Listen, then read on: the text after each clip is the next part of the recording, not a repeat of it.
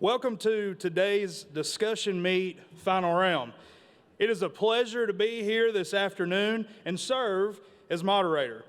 Farm Bureau's strength depends on its members' ability to analyze agricultural issues and decide on solutions that best meet our industry's needs. The discussion meet contest is designed to build these crucial skills in young, active members of our organization. During this 30-minute discussion, contestants will be scored in a variety of areas and on their opening and closing statements. Our timekeeper this afternoon is Mr. Adam Wilson, District 7 Young Farmer Chair from Casey County. The topic for today's discussion is listed in your program, and it reads, Production agriculture requires a lot of capital.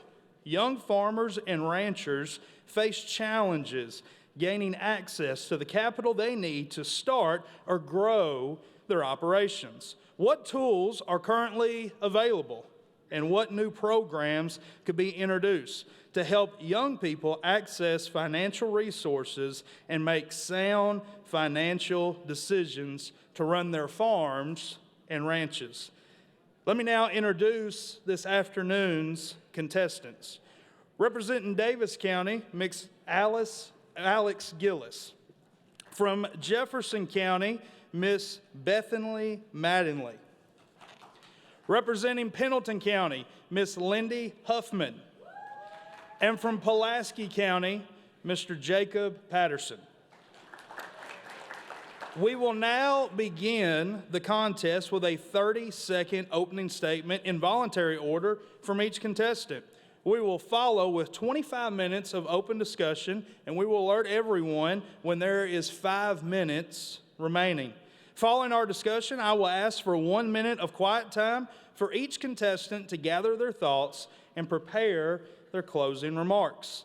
After that, we will have the contestants give their 1 minute closing statements, again in voluntary order. I will now open the contest by asking that each contestant stand and in voluntary order give their 30-second opening statement.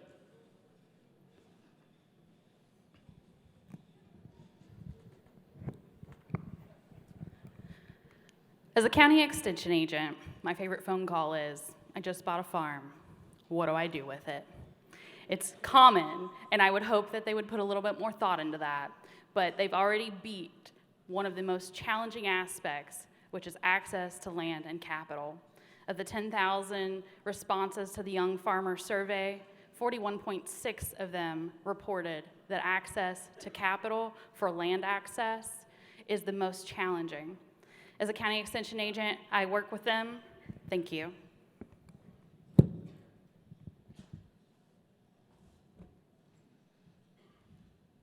It's no secret that farmers are not strangers to challenges, and I think it's not about finding a Band-Aid fix for capital. It's about finding a long-term solution that's going to stick for them to create a livelihood for their families. I look forward to our conversation about this today. Agriculture production is a lot. It's a lot of time, it's a lot of energy, and it can be a whole lot when it comes to finances. I look forward to collaborating with you today to come up with some real solutions and to share my own story on buying a farm.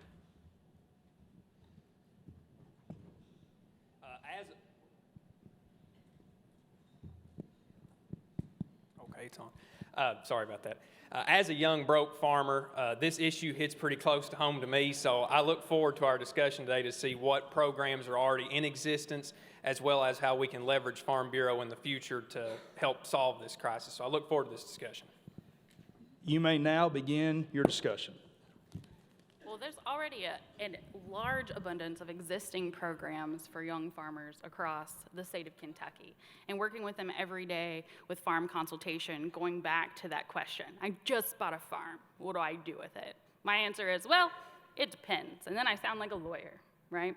But then I've changed the way that I do business, and I do that in farm consultations, because there's no cookie cutter answer to what it takes to run a financial prosperous farming operation. So I sit down with them, ask them 10 questions, and we talk about those tough issues. And I say, what are your goals? Why did you purchase the farm? Well, I want to replace off-farm income. Well, how much do you make? And it's 6 figures, and they have 40 acres.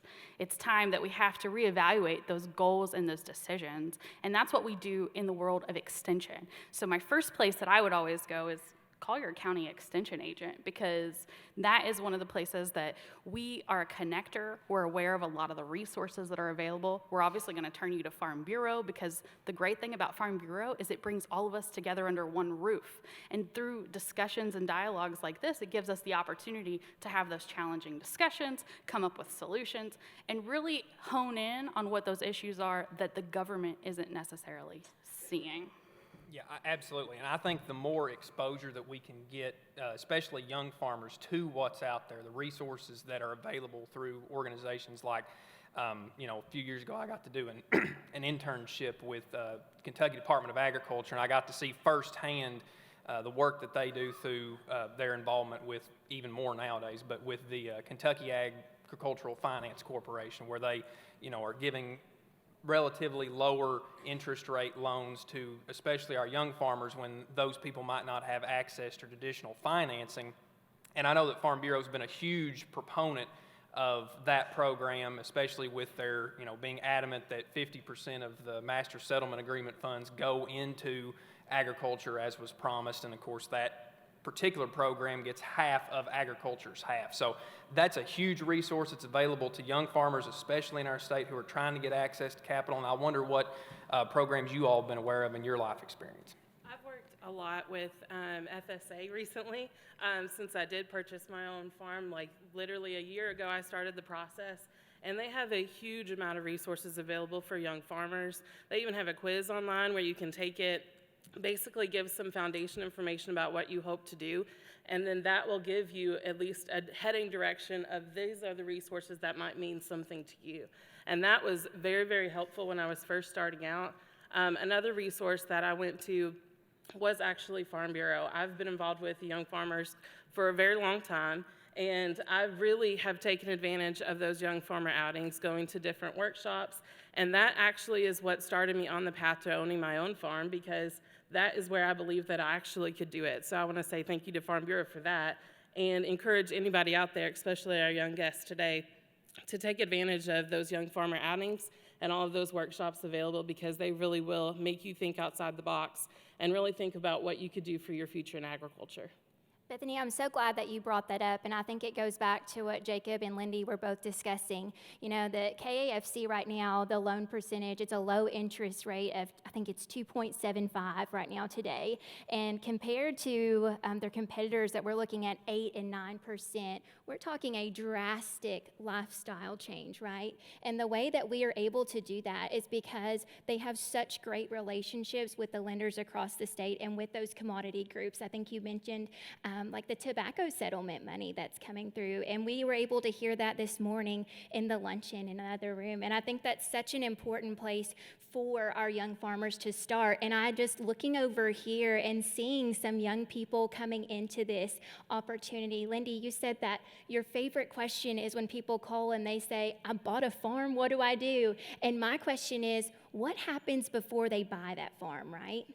So we have all of these programs that we've heard from, and Jacob, you mentioned, I'm a broke farmer and I don't know what to do. So I love that you brought that up, and that's so personal for you. Can you tell us a little bit more about your thinking on how you help farmers before they get to that purchasing time?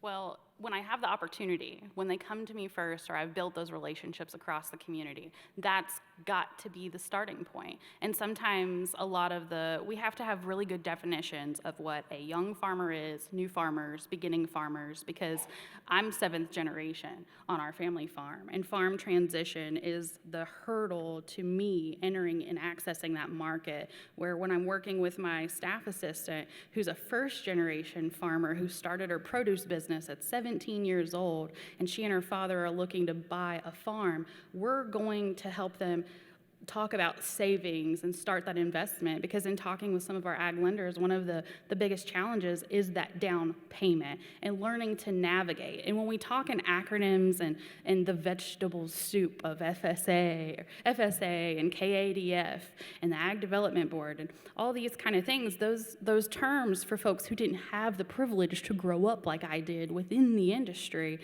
it doesn't resonate, it doesn't connect. So I like to talk about all the different organizations that exist, make sure I spell them out, and build resources, and I've developed a few to utilize to give to them.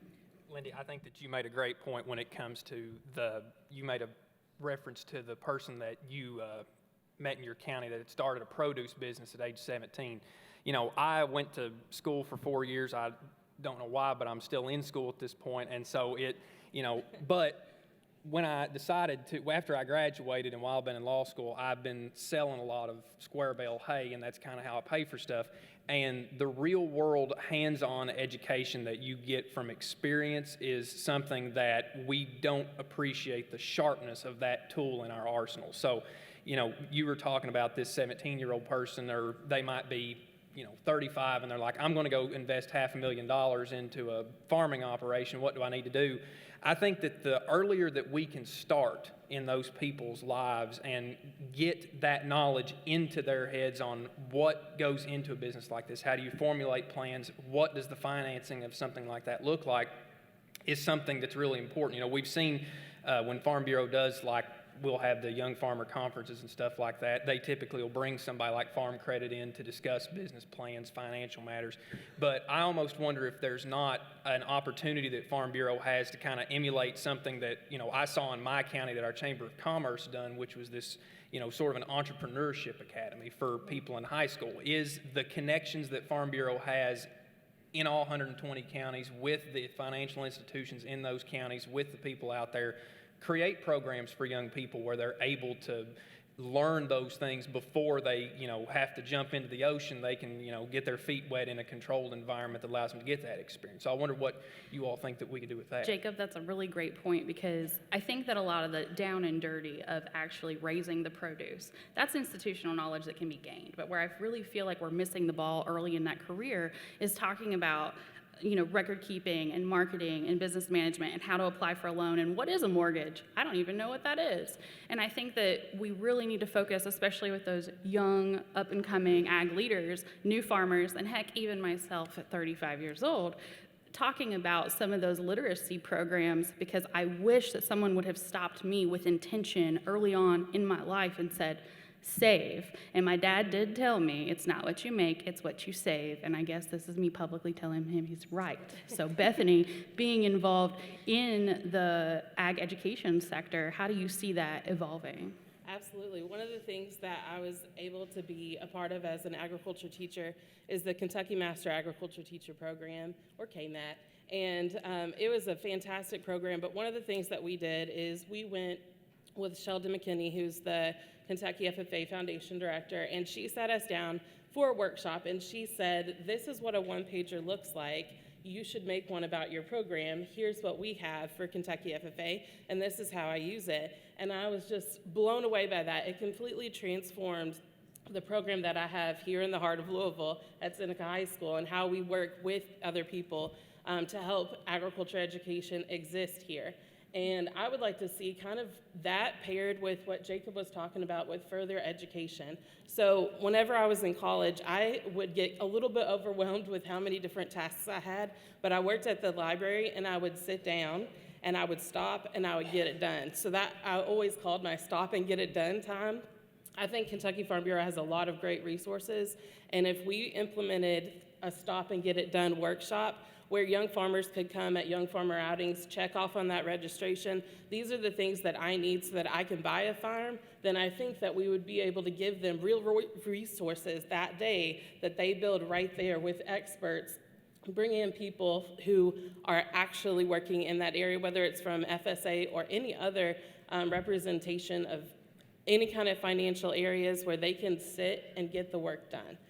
Because it's so hard to find the time as a new farmer. You're trying to work your off-farm job, you're trying to establish your new farm, You're trying to find financial resources for all the new things you're trying to implement. You're trying to find all the resources that are out there, but then also not get lost in the mountain of different opportunities. You want to find the stuff that works for you. And one thing that you said earlier was that there are so many opportunities, and I couldn't agree with that more. Bethany, I'm so glad that you're passionate about this topic, and I think I would be doing a disservice not to share. I know that Kentucky Farm Bureau takes pride in looking in all of our districts, but we also have value in looking outside of Kentucky, and I'm so glad that you mentioned KMAT, because I know that this past spring, President Haney took Kentucky Farm Bureau's members down to Mississippi to take a look at what our sister bureaus were doing. And I think that we can mimic that model by going to see what other states are doing and what works well for them. Luckily for us, there's already a program like this it's taking place in Texas. It's called the TPAP program. So with TPAP, there's this week-long course. You have 2 units, right? You get to pick from these classes, this menu of things, whatever works well for you, whether you need help with ag literacy, whether you need help with having an HR department. Maybe you have a very large agriculture operation and you're adding on. Maybe you need help learning how to leave farm. Maybe you're at the stage where your children are taking over and you're looking at retirement. So we need to decide as a group here today. I think we've all agreed that education is important. Clearly, we have extension. We have someone who's furthering their education in law school, and we have teachers up here. So I think it's evident that we know education is important, and there are so many of those programs already available, but how do they know what the best fit program is? Because there are so many. Well, and I think that the information overload, again, the vegetable soup is just such an issue within the agricultural community because our language is so specific, and we're not often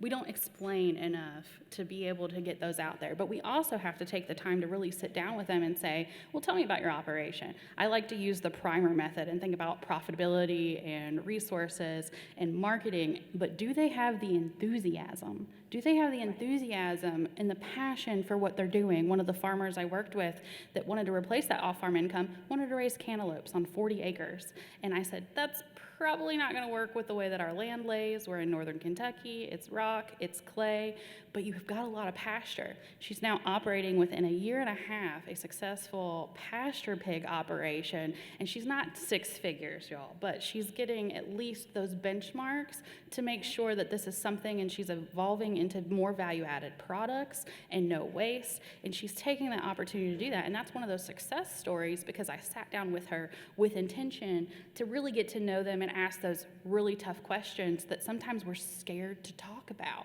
Absolutely, and I think that's so inspirational that you're able to have those conversations. And I know, speaking from personal family experience, and Jacob, I know Bethany, it's going to be hard to leave the farm for a week, right? Going back to that TPAP program, it's a model that has been tested. It works. There are success stories online. I encourage everyone to look it up. But I know that that model might not work in Kentucky. So my solution is, instead of having a program where farmers leave for a week, because we know it's hard for us to be here this weekend, someone's at home taking care of the things while we're away, could we create a quarterly cohort, so just 4 times a year? Could we create some kind of experience, because there are these meetings, we have the summer outing, we have all of these things, and maybe Bethany, you could tell us a little bit about the KMAT program. How did you all meet? Was it virtual? How did that work for you?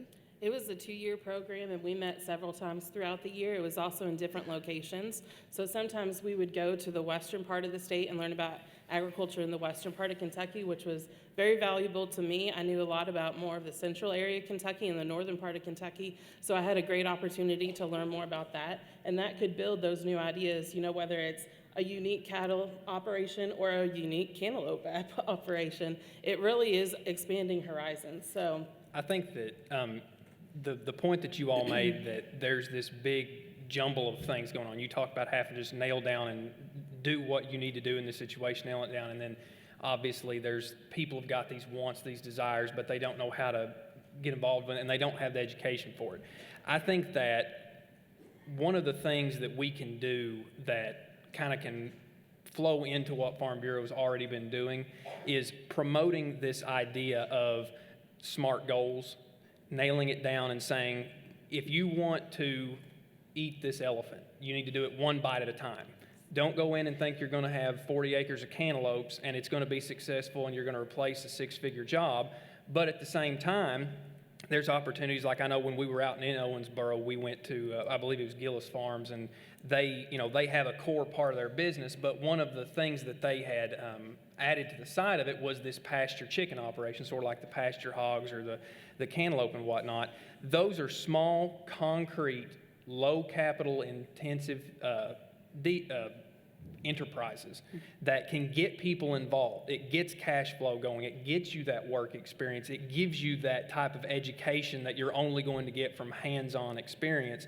And on top of that, it's allowing people to get the experience under their belt that when you go to a financial institution, they're going to look at it and say, okay, I'm not betting on a shot in the dark here. I've got someone who's shown that they've got grit, determination, and they're willing to play the long game on this. Because if we're talking about the capital access to our young farmers, just the way that the financial system is structured, it's going to be a long process of developing it. And so I think that that's something that we have to keep in mind. And Jacob, the Kentucky Center for Ag and Rural Development does just that with their business planning. And they have a scalability from everything from large ag tech corporations to small scale farm operators.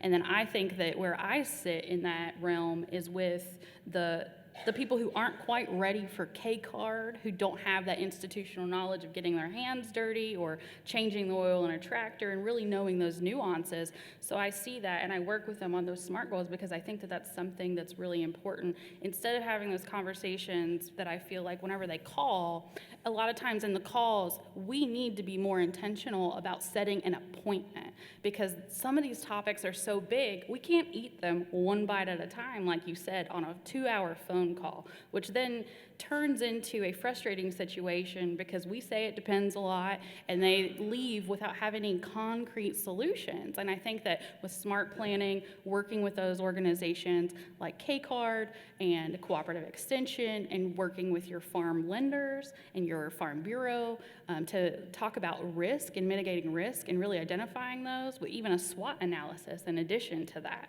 You know, that is the future, and that's one of those solutions of being intentional and communicating with clear and precise goals. You know, Lindy, I think you bring up a really good opportunity to discuss about like all the different topics there are whenever it comes to trying to establish a new farm and how many different ways you can establish a new farm, whether it's from your family and it's a heritage type farm, or maybe you're starting out on your own, maybe you're a first generation farmer. I have a huge passion for first generation farmers.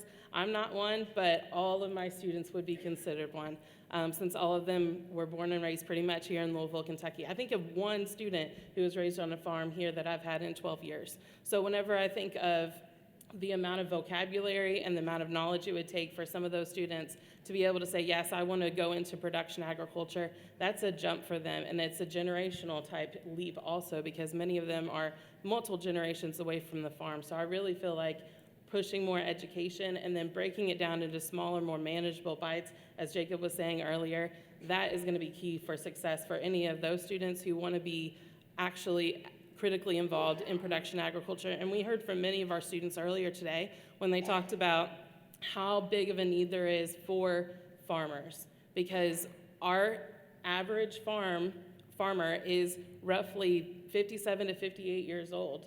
And we need young farmers to be able to go into it, considering how many challenges they discussed, how many challenges we've discussed here today.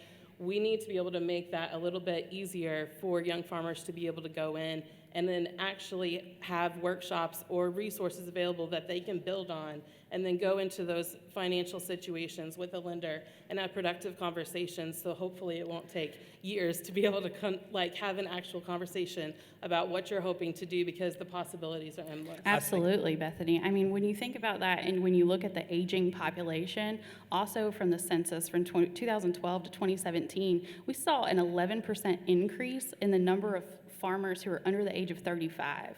And the statistics, 1 in 9 in the United States are under the age of 35. And that creates this primary opportunity to create those, because I love like the stop and get it done workshop, which I think is for all of us in this room who are active in Farm Bureau, working off farm, running a career, running a family, and we don't have time because who loves paperwork, right? So I think that that is one solution there. And then really getting down in nitty gritty with some of these new individuals with the first generation farmers and really aligning them a roadmap.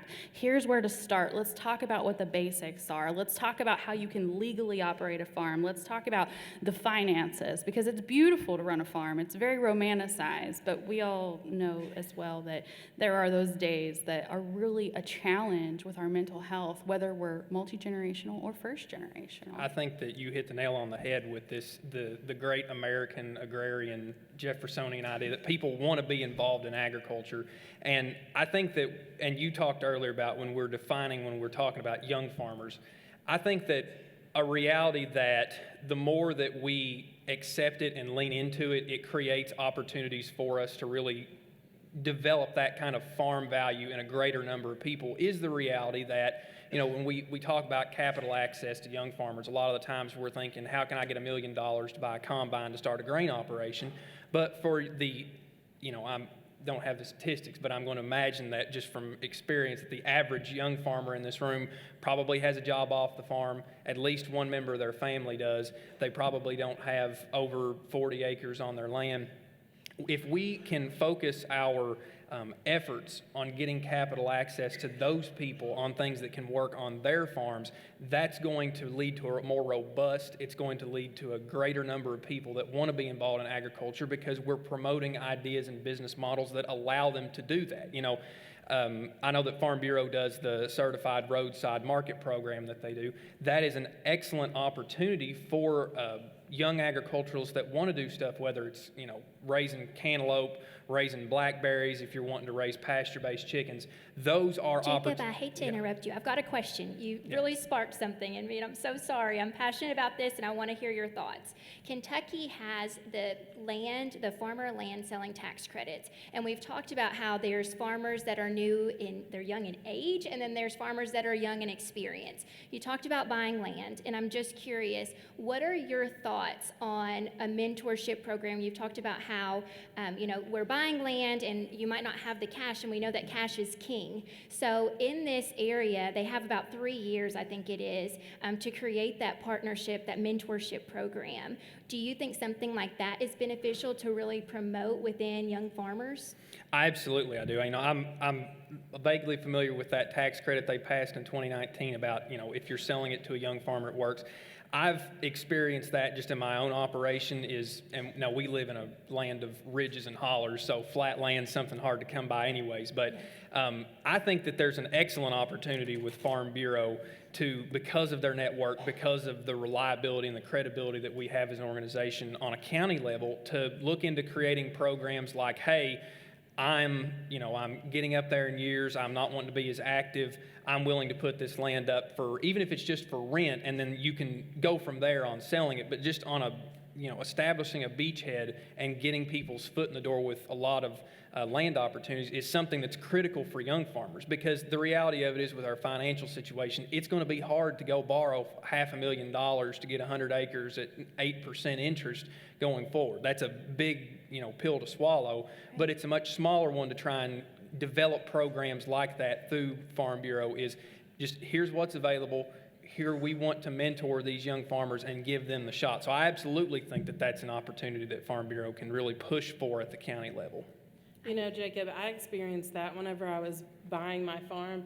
There were a lot of people who were involved and needed to be at the table. The realtors were involved, the owners were involved, I was involved, the lawyers were involved. There were a lot of people, and most of them didn't have experience in agriculture or selling or buying a farm, including me. And so we were trying to figure out, how do we make this work? How do we make it happen?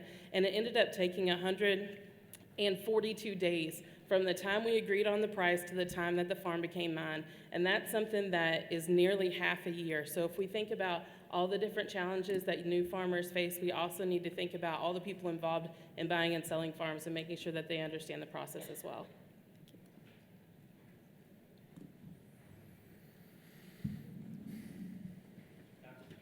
Time has expired. We will now have 1 minute of quiet time.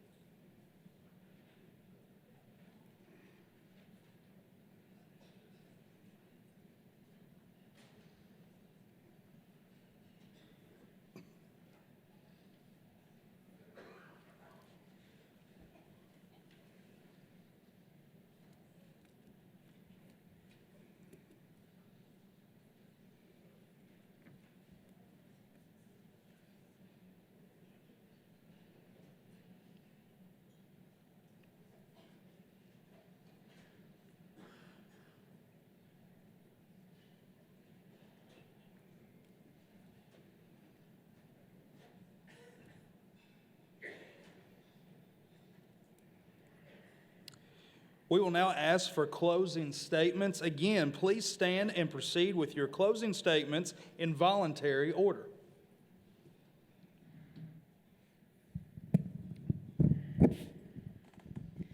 We have barely scratched the surface of all of the existing programs that are here today, but one of the common themes from our conversation was education and having a clearer understanding of who the farmers that we're working with, what young farmer is, what a new beginning farmer is, creating mentorship programs. But the stop and get it done, like Bethany said, I love that for the people who are busy and working on it, but then working on creating clearer definitions and clearer mentorship so that we can have open forms of communication to get these young farmers access to this financial capital, because we've got to prepare.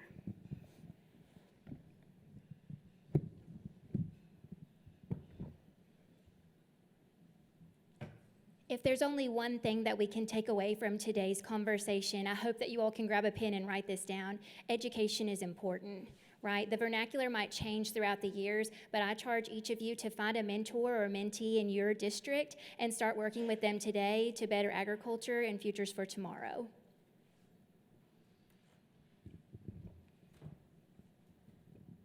When I think of my farm, I think of the gently rolling fields of grass. I think of the brand new fence that just got in last week, and I think of all the sheep filling those fields.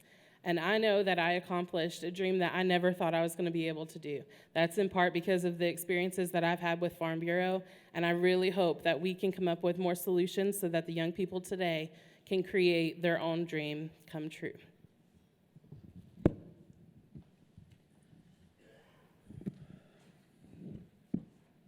You know, at the very beginning, Alex said that we have to be looking at this through the long term, and I think that absolutely that is the key that we have to take away from this conversation. You know, Bethany, you talked about how we need to have realtors, the lawyers, the financiers need to understand the needs of agriculture. And Linda, you even talked about how the people that want to be in agriculture need to understand the needs of agriculture. So I think that this discussion has been worthwhile. I think that it's something that we should continue in the future, because getting access to capital and those financial abilities is critical. Thank you, contestants, for a lively discussion.